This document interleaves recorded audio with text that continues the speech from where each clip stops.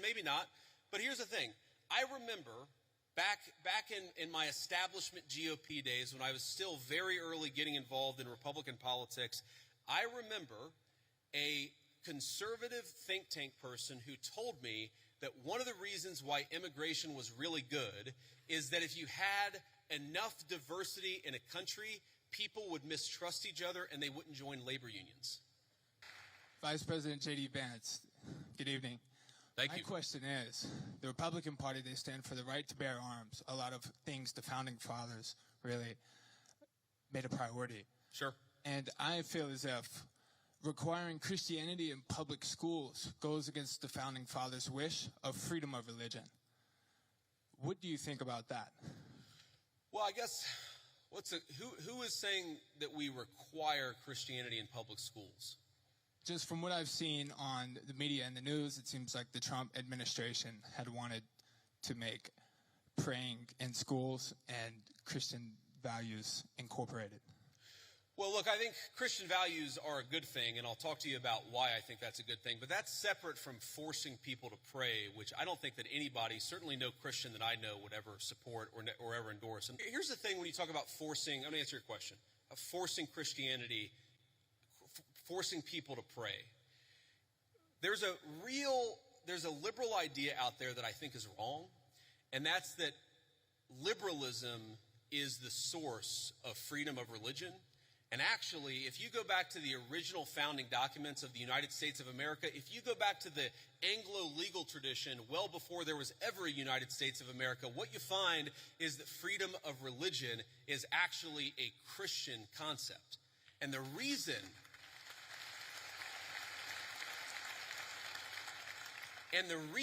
it's a Christian concept is very simple. Because Christianity, Imago Dei, the idea that we are all made in the image of our Creator, means that we must respect the free will of every single person. Now, part of that is you have a conversation with people.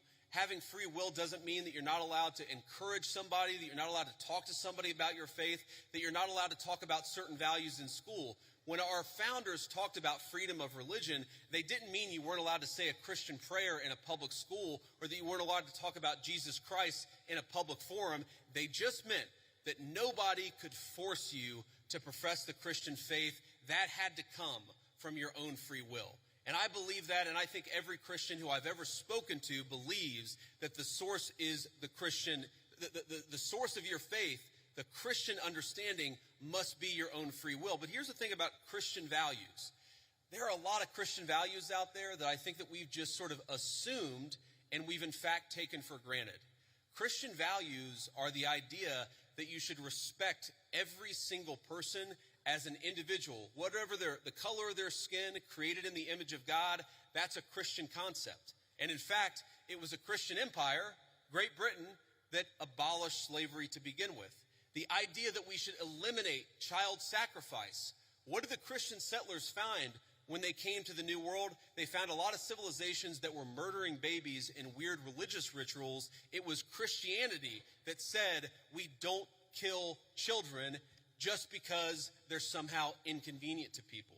A lot of the things, human rights, the very idea that human beings have rights are a Christian concept. And so I'd ask you, my assumption based on the question is that you're skeptical of Christianity, or at least of certain public professions of Christianity. One of my favorite Bible verses is, "By your fruits ye shall know them."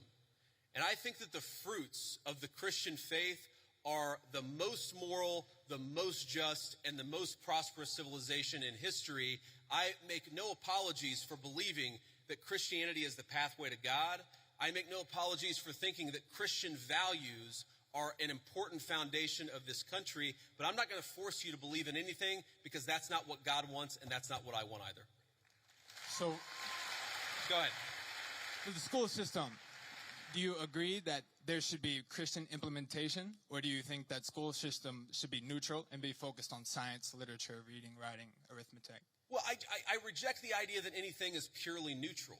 Okay, there are, for example, let's take a basic scientific fact, and this is a little spicy.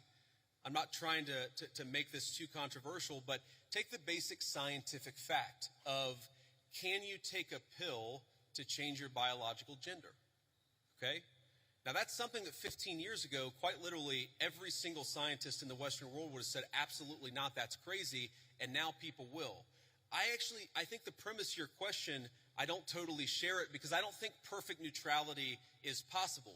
What is it? You talk about history. Was Christopher Columbus a great explorer, or was he a guy who committed genocide against the native populations? These debates, I'm happy to have them, but I reject the idea that there are truly neutral debates.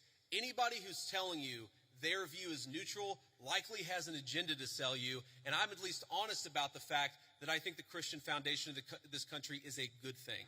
Next. Okay, thank you. And for the pill you're talking about, what do you mean specifically? Are you talking about testosterone, estrogen? Yeah, I'm talking about hormone replacement therapy. That's what I'm talking about. Just to be respectful, let's keep it going. Yes, thank you. Have a good night. You too. Hello, Mr. Vice President. Thank you so much for giving this opportunity to talk here today. I did not agree with many of the things that you said right ahead of this, but I don't think that's my point to discuss here. What I want to ask is, you are married to a woman who is not Christian. In her Wikipedia, I just looked it up. I wanted to know what her faith was. I didn't know this before. But she still calls herself Hindu. You are raising three kids in interracial, cultural, racial, religious household. How are you maintaining, or how are you teaching your kids not to keep your religion ahead of their mother's religion? Or how are you teaching them that your kind, they're that kind who got here just few years or few decades ago is different or is better than your mom's kind who got here just a generation before? How are you balancing that? And when you talk about too many immigrants here, when did you guys decide that number? Why did you sell us a dream? You made us spend our youth, our wealth in this country and gave us a dream. You don't owe us anything. We have worked hard for it. Then how can you as a vice president stand there and say that we have too many of them now and we are going to take them out to people who are here rightfully so by paying the money that you guys asked us? You gave us the path, and now how can you stop it and tell us we don't belong here anymore? And one more thing. Do you have to There's a lot there. I don't know if I'm going to remember all this, but I will try. I'm sorry. I had to say all of this, and please take it with due. I'm saying all of this with due respect. Go ahead. Please. I have no intention of causing a scene here or anything, but we're not close to causing a scene. Don't worry. But we talked about Christianity, all of this. I'm not even Christian, and I'm here standing to show support. Why are we making Christianity one of the major things that you have to have in common to be one of you guys, to show that I love America just as much as you do? Why is that still a question? Why do I have to be a Christian? Okay.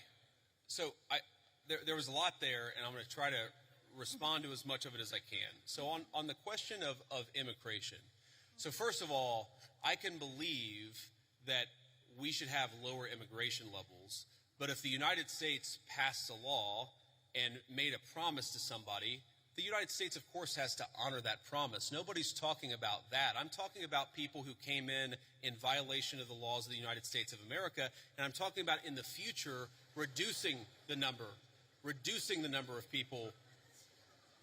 Sorry, what? May I continue on that? Because when you just said you are not stopping with the people who came here legally, right? But you are pushing out policies that hurt us. And these policies are not even solving the problems. These policies are just creating chaos. No, ma'am. Okay, so again, I'm gonna finish answering the question, and then if I've answered all 9 of your questions in less than 15 minutes, then we can keep on going. We got to have a little fun, right? So here's the thing. I can believe that the United States should lower its levels of immigration in the future, while also respecting that there are people who have come here through lawful immigration pathways that have contributed to the country. But just because one person or 10 people or 100 people came in legally and contributed to the United States of America, does that mean that we're thereby committed to let in 1 million or 10 million or 100 million people a year in the future? No, that's not right. We cannot have, I'll go and finish, we cannot have an immigration policy where what was good for the country 50 or 60 years ago binds the country inevitably for the future. There's too many people who want to come to the United States of America, and my job as vice president is not to look out for the interests of the whole world. It's to look out for the people of the United States.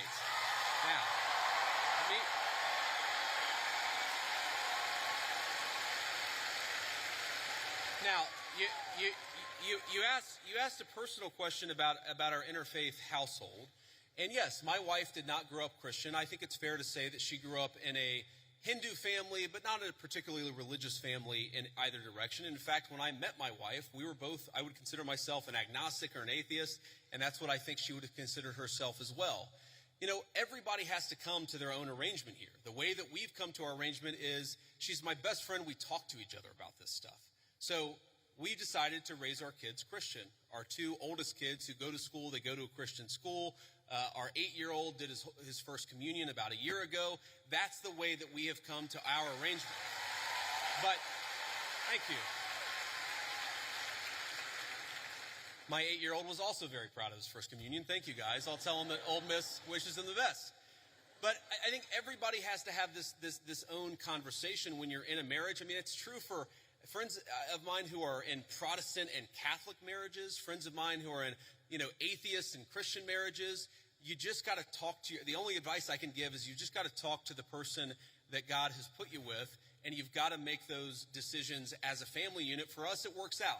Now, most Sundays, Usha will come with me to church. As I've told her, and I've said publicly, and I'll say now in front of 10,000 of my closest friends, do I hope eventually that she is somehow moved by the same thing that I was moved in by church?